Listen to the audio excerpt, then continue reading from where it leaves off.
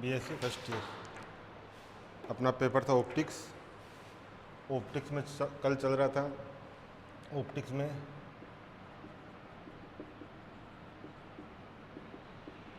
आयाम हो गया था। इसके बाद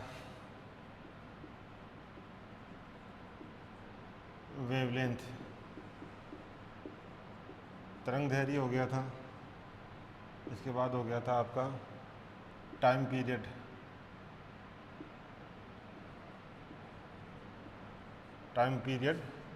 आवर्तकाल हो गया था।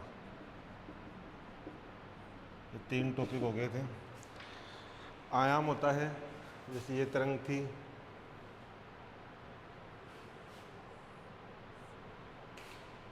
माध्य स्थिति से अधिकतम विस्थापन, माध्य स्थिति से अधिकतम विस्थापन, ये आयाम हो गया। आयाम ए, एक चक्कर पूरा करने में तय की गई दूरी, एक चक्कर पूरा तय करने में तय की गई दूरी होगी, वेवलेंथ होगी। एक चक्कर पूरा करने में लगा समय, टाइम पीरियड हो गया। टाइम पीरियड को टी से बताते हैं, इसको लेमडा से बताते हैं, और आयाम को ए से बताते हैं। इसके बाद आता है फ्रीक्वेंसी, आवर्ती। तीसरा पॉइंट था आवर्ती, फ्रीक्वेंसी, आवर्ती। इसमें लिखो, आवर्ती होती है 1 सेकंड में चक्रों की संख्या, 1 सेकंड में चक्रों की संख्या। नीटा से बताते हैं या एफ से बताते हैं, या एफ, या इसको न्यू से भी बता देते हैं। ये होती है 1/t, 1/t। इसमें लिखो, फ्रीक्वेंसी की परिभाषा लिखो,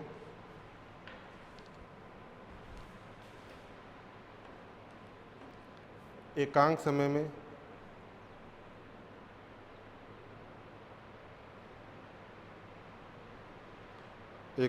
में कंपनों की संख्या को आवर्ती कहते हैं। अर्थात न्यू बराबर 1/t, न्यू बराबर 1/t। आवर्ती होती है, आवर्ती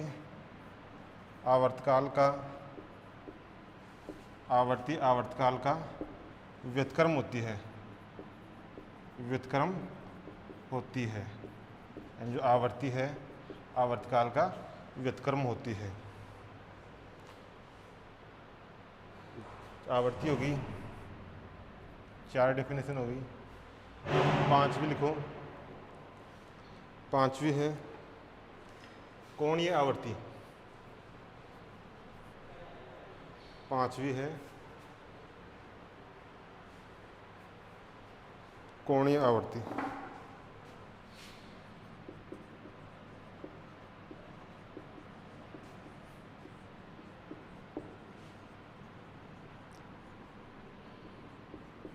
एंगुलर फ्रीक्वेंसी, इसमें लिखो,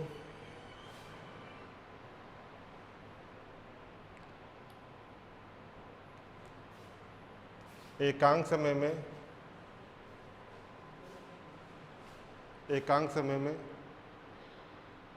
उत्पन्न कलांतर को कोणीय आवर्ती कहते हैं। एकांक समय में उत्पन्न कलांतर को कोणीय आवर्ती कहते हैं। ओमेगा से बताते हैं, तो ओमेगा हो गया, ओमेगा बराबर 2πt, 2πt, कोणीय आवर्ती हो गया। इसके बाद लिखो संचरण नियतांक, संचरण नियतांक, प्रोपोगेशन कांस्टेंट। इसकी परिभाषा लिखो, एकांक दूरी में उत्पन्न कलांतर, ये हो गया एकांक दूरी में उत्पन्न कालांतर का मान संचरण नियतांक के बराबर होता है, संचरण नियतांक के बराबर होता है। अर्थात ये हो गया, कैसे डिनोट करते हैं, के हो गया 2 पाई अपॉन लेमड़ा, के का मान ये हो गया, के का मान 2 pi upon lambda.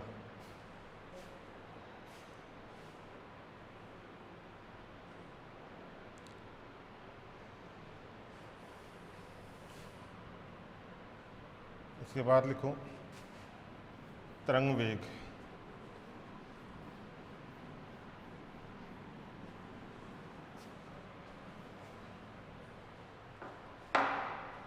Seven number है तरंग वेग, वेलोसिटी ऑफ वेव, तरंग वेव।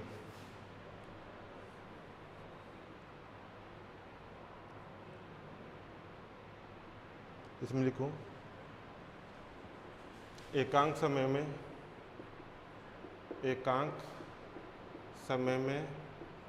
तरंग द्वारा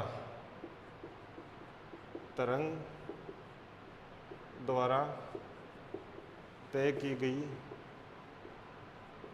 दूरी का मान तरंग वेग के बराबर होता है। एकांक समय में तरंग द्वारा तय की गई दूरी का मान तरंग वेग के बराबर होता है।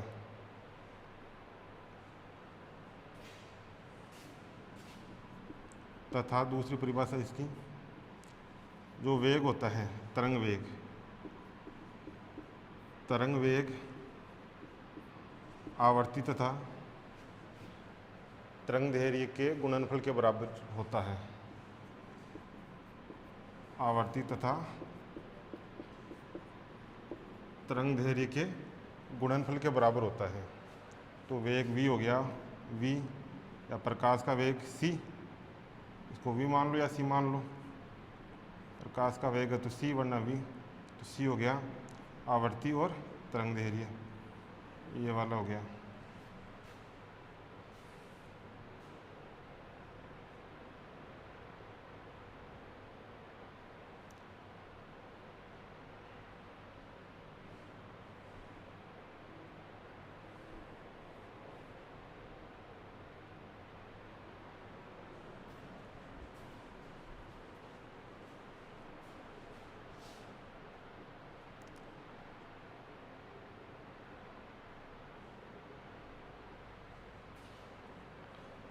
अभी कोणीय आवर्ती का मान आया था, कोणीय आवर्ती का मान आया था, ये ओमेगा बराबर 2 पाई अपॉन टी। इसको लिख सकते हैं फ्रीक्वेंसी के टर्म में 2 पाई अपॉन एफ या 2 पाई न्यू, ये कर दिया। इसके बाद प्रोपगेशन कांस्टेंट संचरण नियतांक का मान आया था, संचरण नियतांक का मान आया था के बराबर 2 pi upon T, 2 pi upon lambda. यहाँ से v का मान हो जाएगा, यहाँ से v का मान हो जाएगा 2 पाई अपॉन ओमेगा, तो c बराबर 2 pi upon omega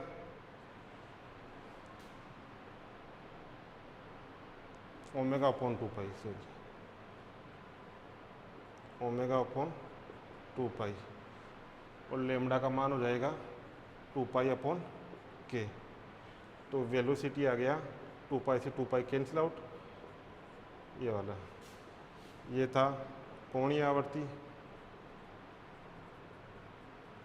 angular frequency, और के का मान संचरण नियतांक प्रोपोगेशन कांस्टेंट, ये सी का मान आ गया।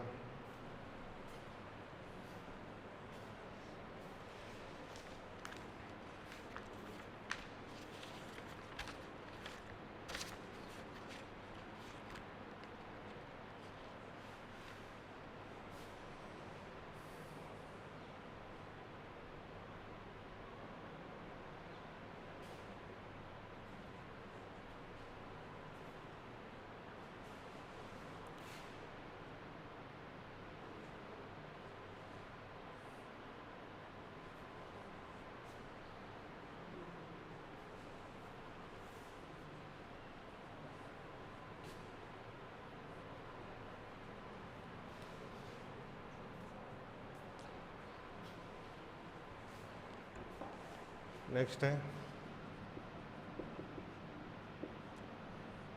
कलांतर, पथांतर, कलांतर, पथांतर और समयांतर में संबंध।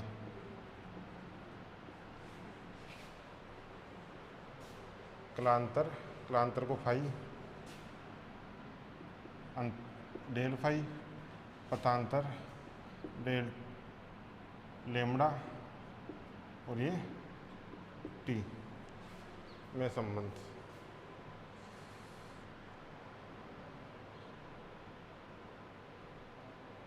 दो कलाओं का अंतर कलांतर, जैसे कला, एक कला ये हो गई, दूसरी कला ये हो गई, या फिर ये हो गई।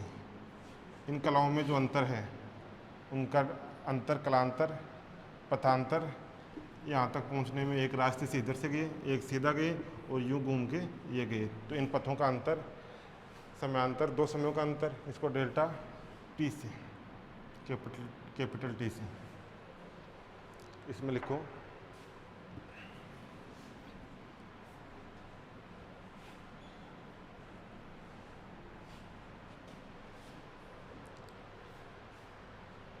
इसमें ये याद रख लो, डेल फाई, डेल लेमड़ा और डेल टी, इनमें भाग दे दो 2 पाई लेमड़ा टी का। इसमें 2 पाई का, लेमड़ा का और टी का।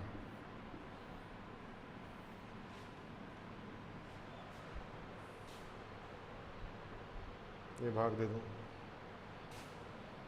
तो डेल फाई कितना हो गया, डेल फाई हो गया 2 pi del lambda upon lambda, एक तो ये हो गया, दूसरा कितना हो गया डेल फाई, यहाँ से देखें तो डेल फाई हो गया डेल्टा टी अपॉन टी 2 पाई, ये हो गया कलांतर।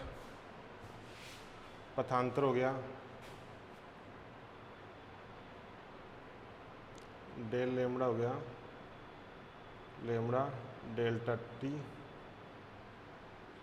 दूसरा ये हो गया लेमड़ा कलांतर के टर्म में 2 पाई, तीसरा हो गया समय अंतर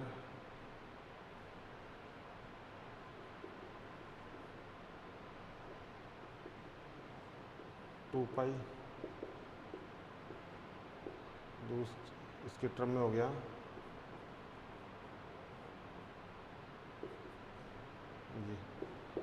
ये 6 फॉर्मूले इस एक फॉर्मूले से बन जाएंगे। ये फॉर्मूला याद रखना है, कलांतर, पथांतर और समयांतर के बीच में संबंध। नोट करो इसको।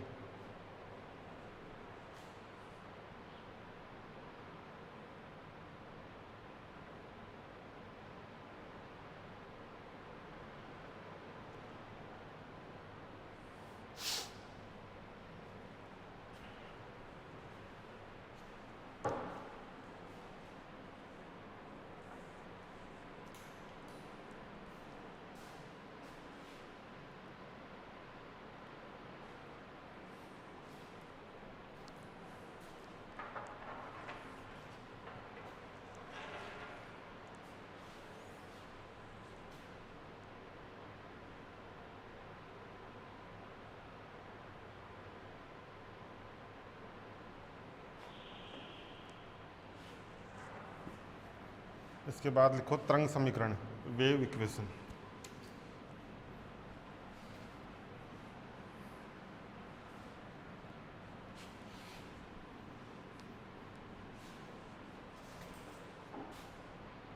तरंग समीकरण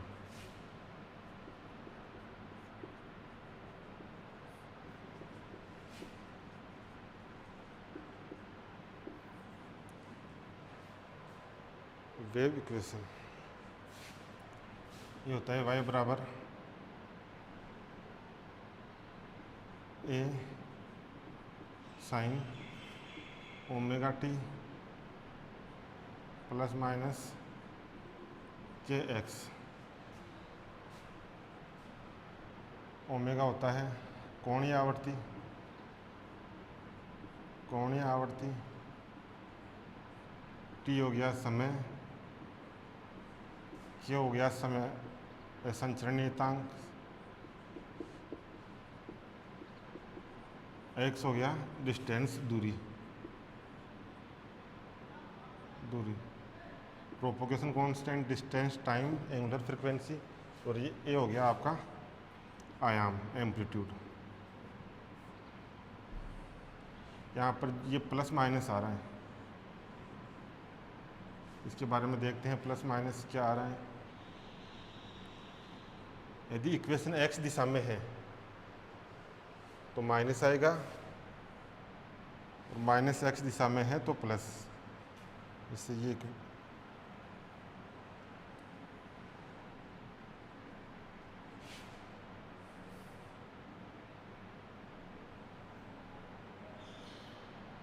इसको एक्स की फॉर्म में बना लूँ, इधर माइनस एक्स, इधर एक्स। इस वेव के लिए आ गया ए साइन ओमेगा टी माइनस के एक्स, क्योंकि ये प्लस एक्स दिशा में है। दूसरा है आपका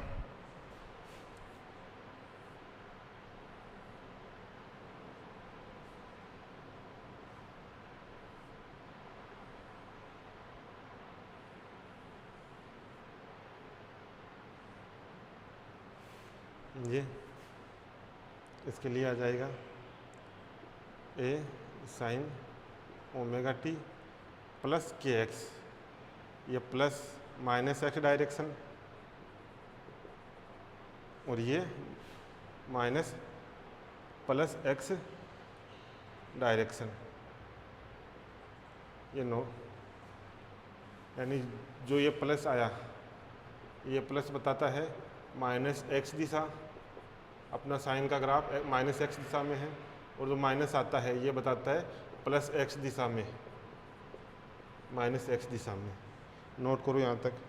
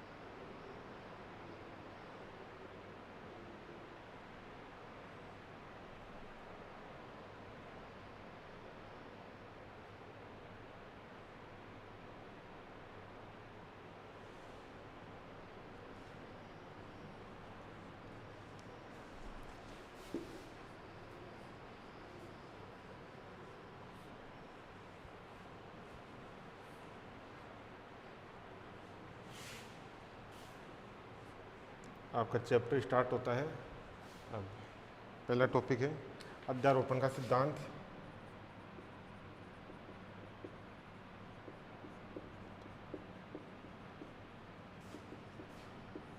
तथा व्यतिकरण, principle of superposition and interference.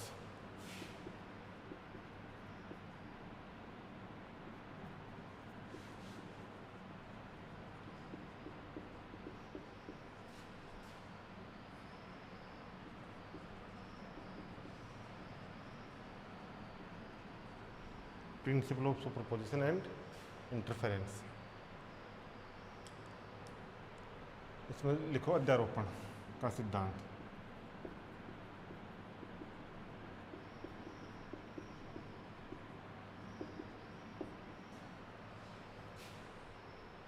इसमें लिखो अध्यारोपण का मतलब होता है ढकना। जैसे ये मेरा हाथ है, इस हाथ को दूसरा हाथ यूं ढक लेगा, सुपरपोज कर लेगा, इसको ढक लेगा, तो एक किसी चीज़ को ढकना अध्यारोपण कहलाता है। इसमें समझ लो पहले, दो तरंग हैं, एक अपने पास ये है, एक तरंग ये है और दूसरी तरंग सेम तरंग है। दो तरंग है, एक ही दिशा में चल रही हैं, एक ही दिशा में चल रही हैं। माध्यम में किसी स्थान पर ये अध्यारोपित होंगी। माध्यम में ये मान लो कि किसी भी स्थान पर, इस स्थान पर ये अध्यारोपित हो रही है, इस स्थान पर अध्यारोपित हो रही है। ये तरंग थी पहली, इसी के ऊपर ये दूसरी तरंग आ गई, इसी के ऊपर ये दूसरी तरंग आ गई। एम्पलीट्यूड सेम है, फ्रीक्वेंसी सेम है, टाइम पीरियड सेम है, इसी के ऊपर ये दूसरी तरंग आ गई। अब क्या होगा, इनमें एक विक्षोभ उत्पन्न होगा। विक्षोभ उत्पन्न होगा तो तीव्रता या तो मैक्सिमम हो जाएगी या मिनिमम हो जाएगी। अब ये बिल्कुल ऊपर आ रही है तो इनकी जो इंटेंसिटी है वो मैक्सिमम हो जाएगी। जो परिणामी तरंग है ये आ गई आपकी परिणामी तरंग। एक तो ये हो गया। दूसरा,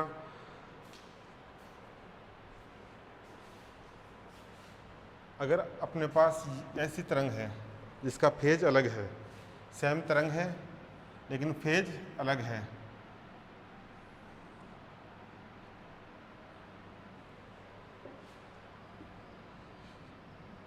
कला अलग है, ये बिल्कुल सेम है, आगे चली, एक माध्यम में जाके क्या होगा, अध्यारोपित होंगी।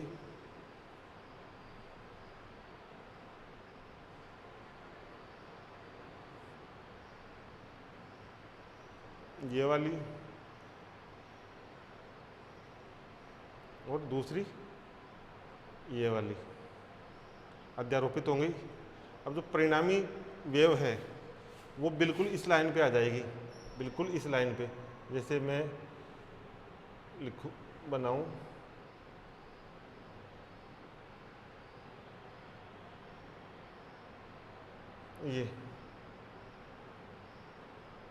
ये वाली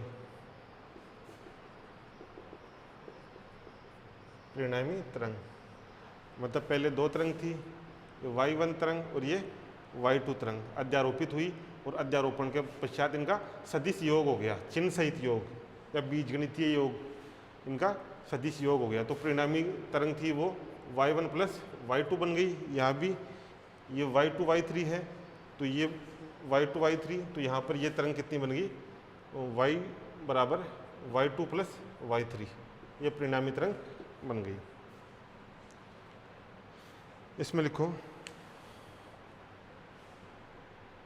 जब दो या दो से अधिक तरंगे, जब दो या दो से अधिक तरंगे एक दिशा में चलते हुए, एक दिशा में चलते हुए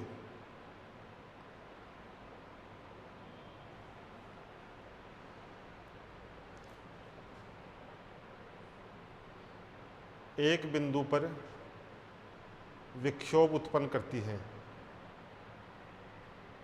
एक बिंदु पर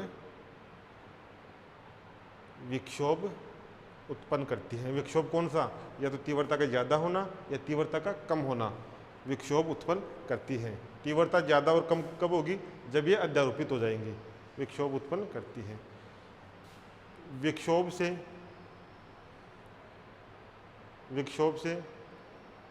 विक्षोभ में उनकी तीव्रता अधिकतम या न्यूनतम हो जाती है। विक्षोभ में उनकी तीव्रता अधिकतम या न्यूनतम हो जाती है। विक्षोभ उत्पन्न करने की इस घटना को, विक्षोभ उत्पन्न करने की इस घटना को अध्यारोपण कहते हैं। विक्षोभ उत्पन्न करने की इस घटना को अध्यारोपण कहते हैं। तथा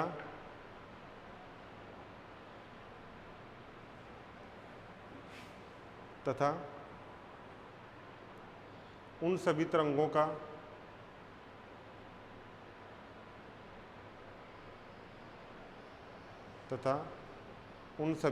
का दो या दो से अधिक तरंगों का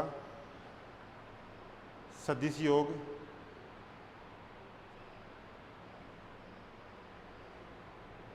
योग परिणामी तरंग की तीव्रता कहलाती है, या परिणामी तरंग का समीकरण कहलाता है। परिणामी तरंग का समीकरण कहलाता है। सदिश योग होगा, ये याद रखना।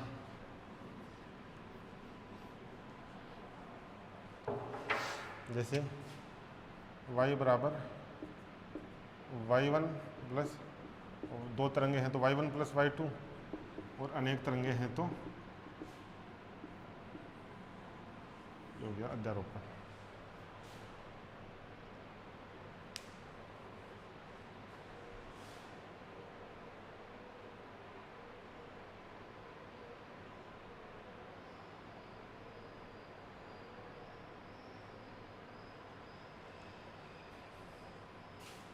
आगे लिखो व्यतिकरण।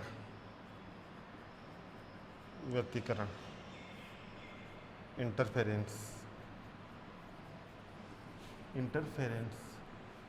इसमें लिखो जब दो या दो से अधिक तरंगे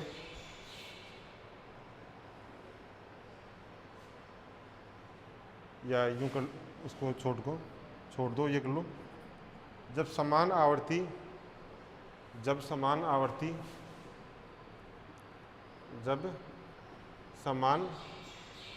आवर्ती तथा लगभग समान आयाम की दो या दो से अधिक तरंगे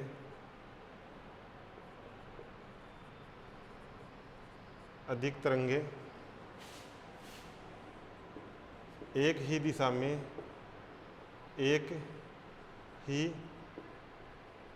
में संचरित होती हुई किसी बिंदु पर अध्यारोपित होती है तो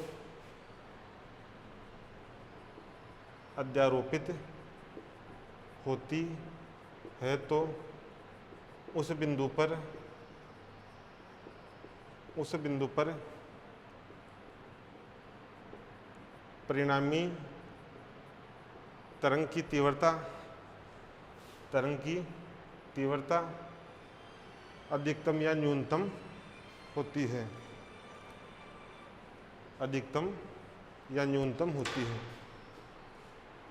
अधिकतम या न्यूनतम होती है। इसी घटना को होती है अर्थात तीव्रताओं का पुनर्वितरण होता है। असमान वितरण या अर्थात तीव्रताओं का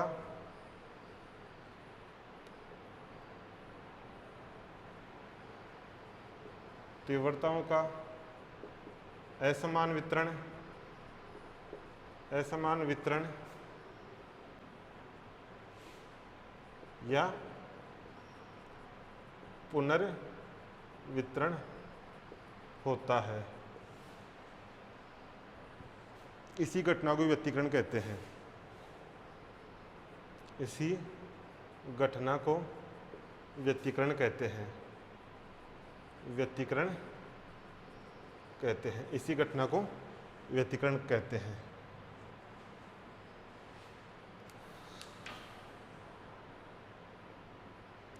जब समान आवर्ती तथा लगभग समान आयाम की दो या दो से अधिक तरंगें एक ही दिशा में संचरित होती हुई किसी बिंदु पर अध्यारोपित होती हैं तो उस बिंदु पर परिणामी तरंग की तीव्रता अधिकतम या न्यूनतम होती है, अर्थात तीव्रताओं का असमान वितरण होता है या पुनर्वितरण होता है। इसी घटना को व्यतिकरण कहते हैं।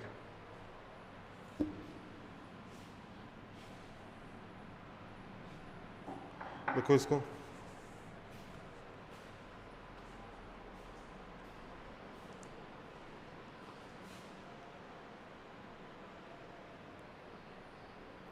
इसके आगे लिखो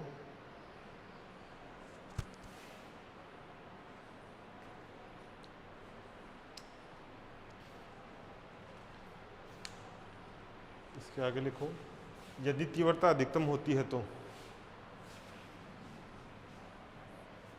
यदि तीव्रता अधिकतम होती है तो, यदि तीव्रता या तरंगों की तीव्रता या परिणामी तरंग की तीव्रता अधिकतम होती है तो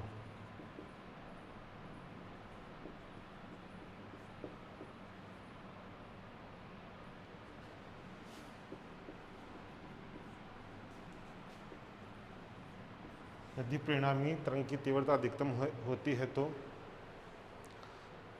समपोषी व्यतिकरण कहलाता है, समपोषी व्यतिकरण कहलाता है, समपोषी व्यतिकरण होता है।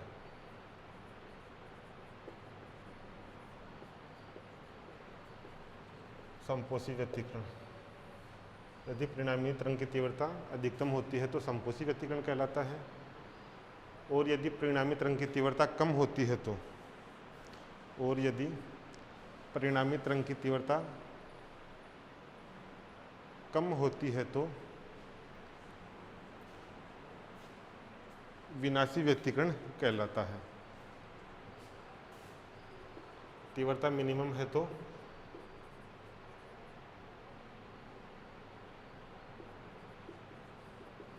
विनाशी व्यतिकरण।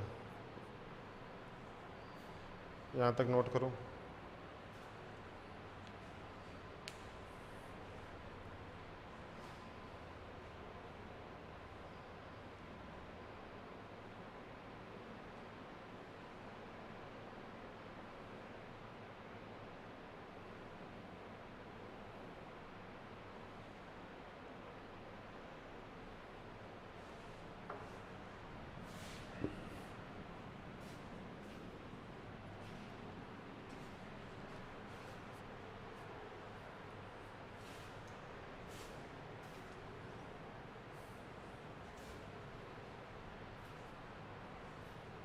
इसके बाद देखो दो लाइट सोर्स हैं, दो लाइट सोर्स हैं S1 S2, S1 S2, दोनों से तरंग उत्सर्जित होती है, दोनों से तरंग उत्सर्जित होती है और कोई बिंदु P है, इस बिंदु P पर अध्यारोपित होती है। जैसे यहाँ से ये तरंग निकली और यहाँ से ये तरंग निकली, ये बिंदु P पर अध्यारोपित होती है तथा इनकी कला φ1 और φ2 है। तो लिख लो इसमें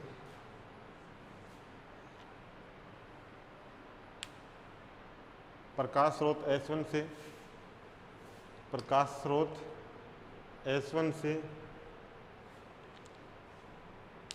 उत्सर्जित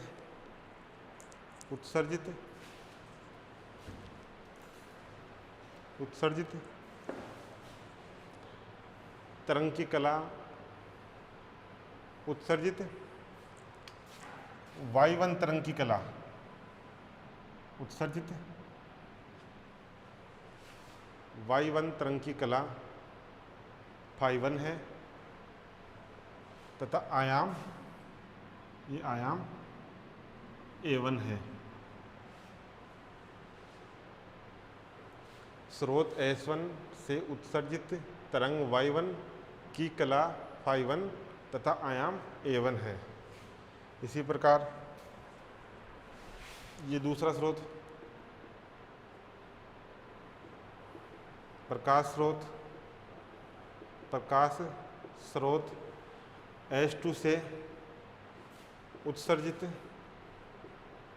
तरंग y2 की कला, y2 की कला φ2 है तथा आयाम A2 है, आयाम A2 है।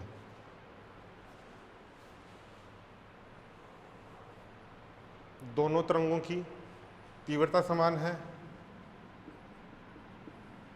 दोनों तरंगों की तीव्रता समान है तथा आयाम A1 व A2 तथा आयाम A1 व A2 लगभग समान है, लगभग समान है। तीव्रता समान है तथा आयाम A1 व A2 लगभग समान है। अब देखो तरंग समीकरण कितना था, बताओ देखे।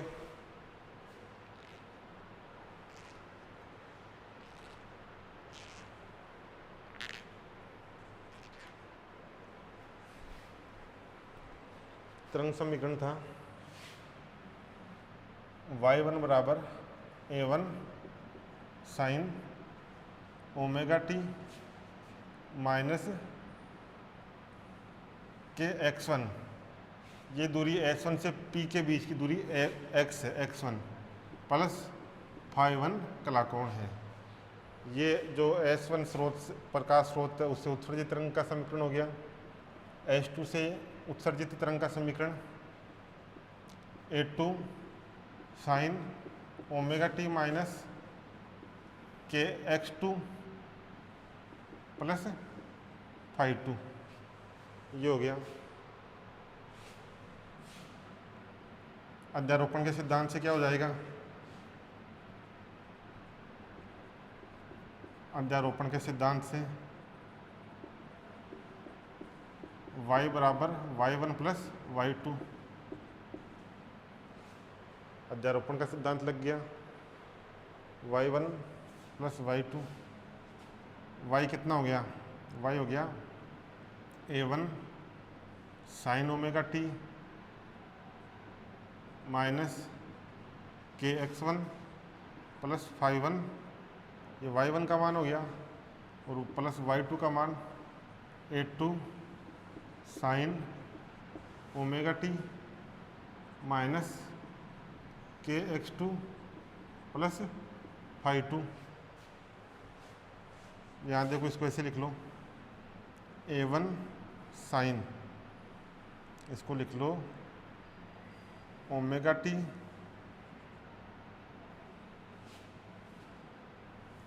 टी माइनस, कॉमन ले लो माइनस के x1 माइनस φ1, ये हो गया। दूसरा ये कर लो A2 साइन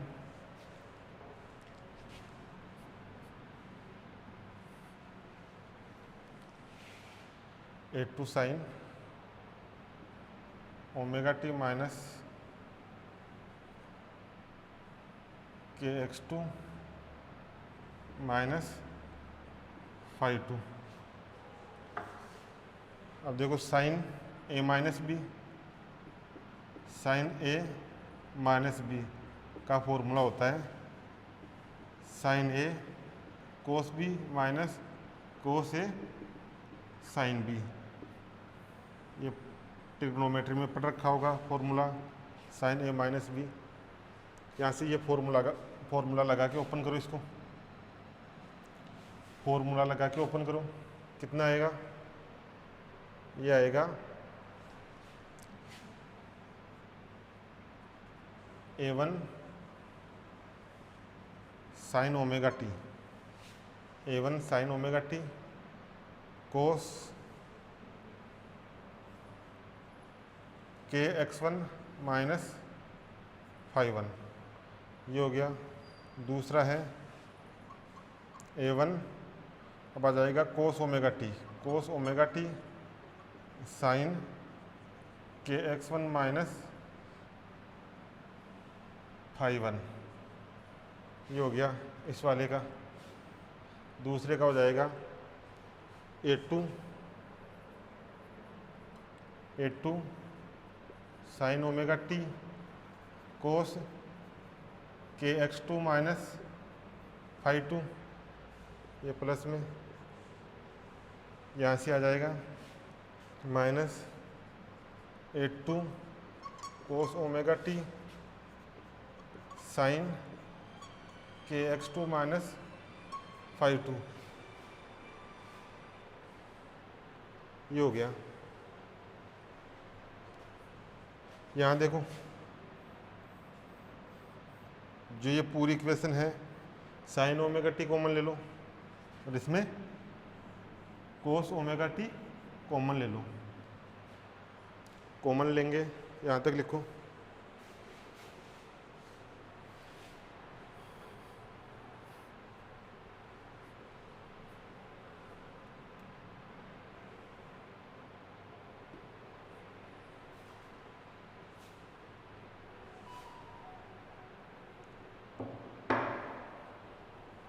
यहाँ कॉमन ले लिया, साइन ओमेगा टी,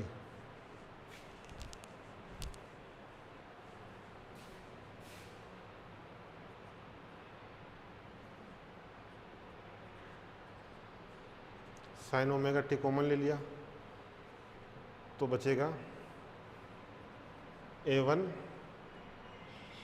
कोस के x1 माइनस फाई 1, नीचे वाले में बचेगा प्लस a2 कोस के x2 माइनस फाई 2, ये वाला बच गया। यहाँ से माइनस ओमेगा टी कॉमन ले लो, दूसरा हो जाएगा माइनस कोस ओमेगा टी, कोस ओमेगा टी कॉमन ले लिया तो यहाँ बचा a1 sign, a1 sign k x1 minus phi 1, दूसरा बचा प्लस, दूसरा है a2 साइन,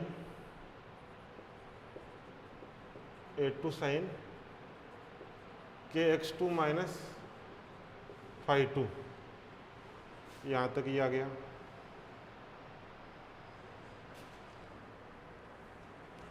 अब यहाँ देख लो, तो ये वाला है और जो ये है इसको a कोस थीटा मान लो और इसको a साइन थीटा मान लो, तो यहाँ पर दो इक्वेशन आ जाएंगी। यहाँ पर आ जाएगा a कोस थीटा, क्या आ जाएगा a1 कोस प्लस a2 कोस के x2 माइनस फाई 2, ये इक्वेशन आपकी a हो गई। दूसरी इक्वेशन b हो जाएगी a साइन थीटा, ये आ जाएगा आपका a1 sign k x1 minus phi 1 plus a2 sign k x2 minus phi 2, ये इक्वेशन आ जाएगी b। इक्वेशन a और b आ गई, इक्वेशन a और b आ गई।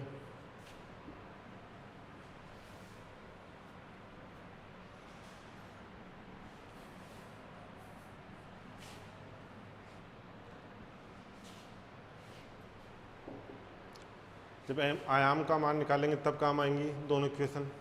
तो अपने पास इस समीकरण से क्या आया, ये समीकरण आ गई अपने पास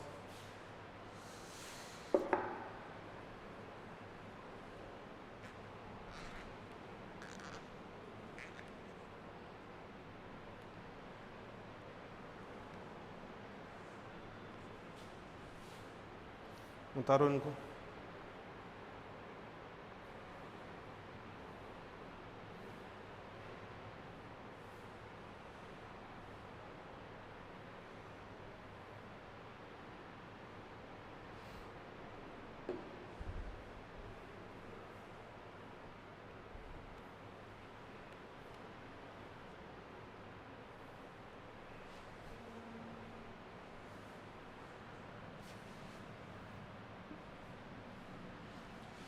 ये आ जाएगी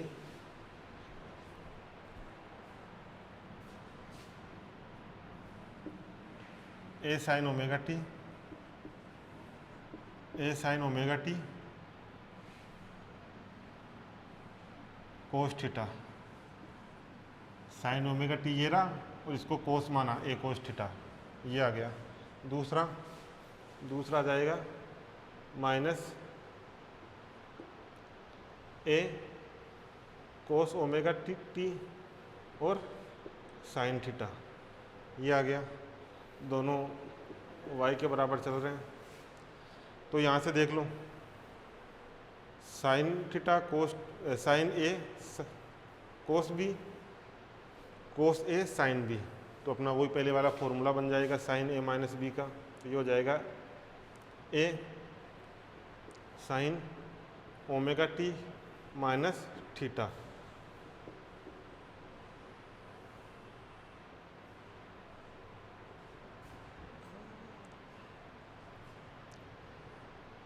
उपरोक्त समीकरण, यह समीकरण,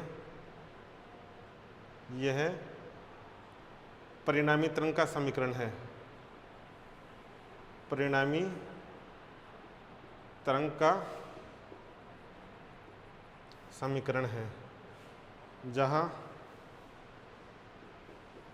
ए तो क्या है, आयाम,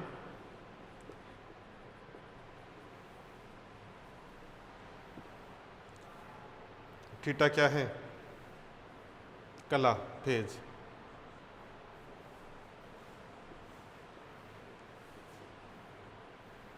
और टी क्या है, समय, टाइम। ये हो गया, यहाँ तक उतारो।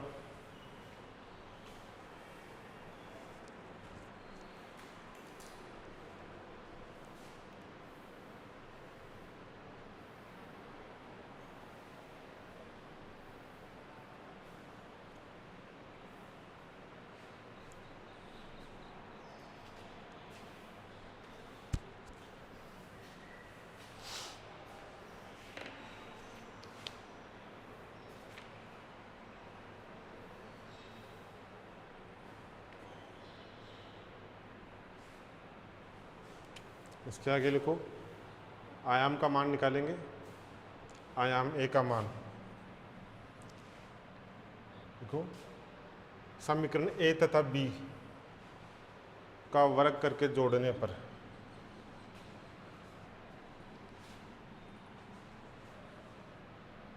समीकरण ए तथा बी, ये दोनों इक्वेशन, इनका वर्ग करके जोड़ने पर दाएं से दाएं जोड़ दो, बाएं से बाएं जोड़ दो, तो ये हो जाएगा A square cos square theta plus A square sine square theta बराबर, पहले इसको कर लेते हैं।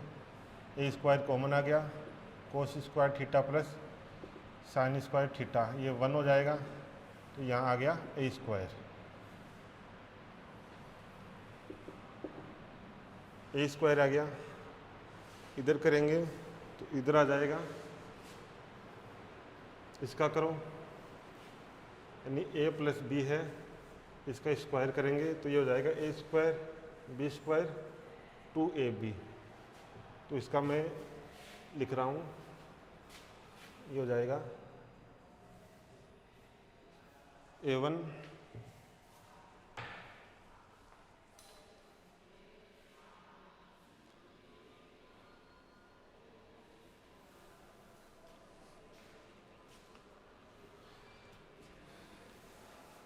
ये हो जाएगा a1 का स्क्वायर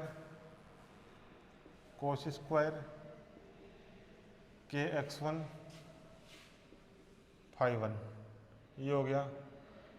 इसका हो जाएगा a2 का स्क्वायर कोस स्क्वायर के x2 minus phi2 plus 2 a1 a2 कोस के एक्स phi1, दूसरा हो जाएगा cos k x2 minus phi2, ये हो गया इसका। इसमें जोड़ेंगे ये वाला प्लस इस वाले का करो, इस वाले का हो जाएगा a1 स्क्वायर साइन स्क्वायर के x1 माइनस phi1 प्लस इसका स्क्वायर हो जाएगा a2 साइन स्क्वायर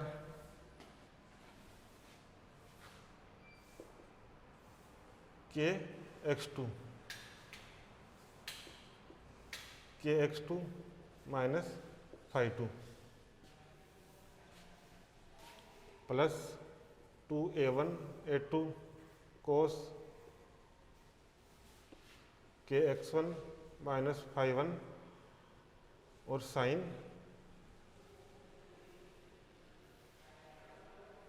यहाँ साइन आएगा, साइन दूसरा sine k x2 minus phi one. यहाँ तक करो।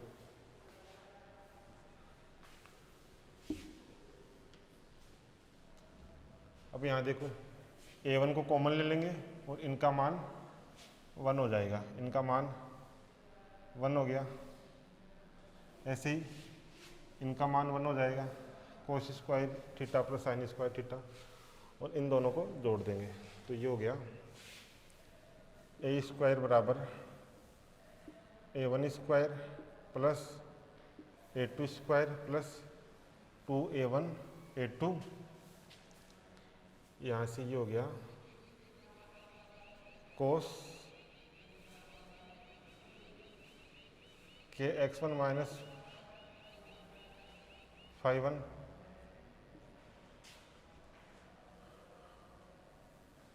कोस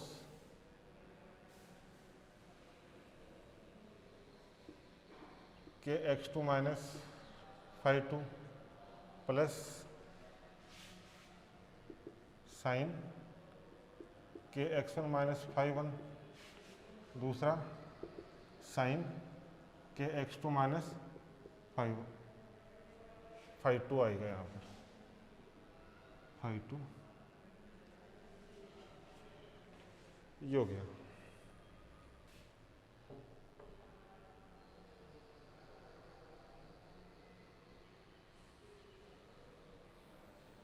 इसको सोल्व कर लो एक बार, यहाँ तक उतारो।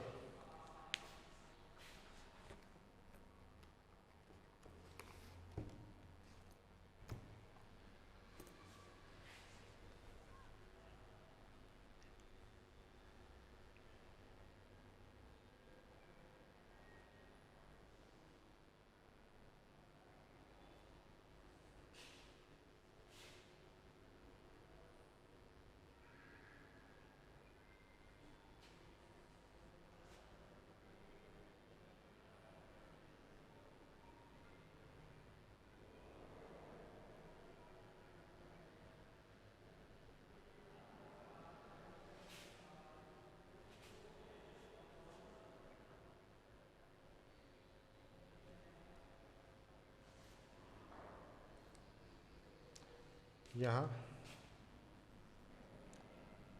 कोस ए कोस बी प्लस साइन ए साइन बी, ये क्या होता है कोस ए माइनस बी। तो यहाँ से हो जाएगा कोस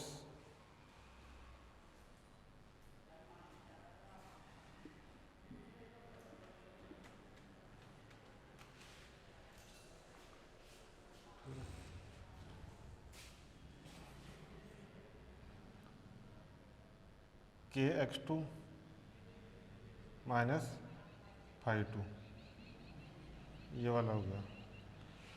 तो यहाँ से ये हो जाएगा cos k x2 minus x1 minus phi two minus phi one.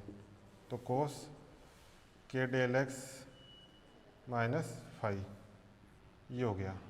तो अपने पास ए स्क्वायर का मान आ गया, ए स्क्वायर का मान आ गया अपना, ए स्क्वायर का मान आ गया a1 square plus a2 square plus 2a1a2 cos के डेल एक्स माइनस फाई। ये अपना आयाम का स्क्वायर आ गया। आयाम का मान ए के मान के लिए इसका स्क्वायर कर देंगे, आयाम के स्क्वायर का मान आ गया। अब इसकी तीव्रता क्या होती है, समपोषी विनाशी व्यतिकरण क्या होता है, ये अपन कल की क्लास में देखेंगे।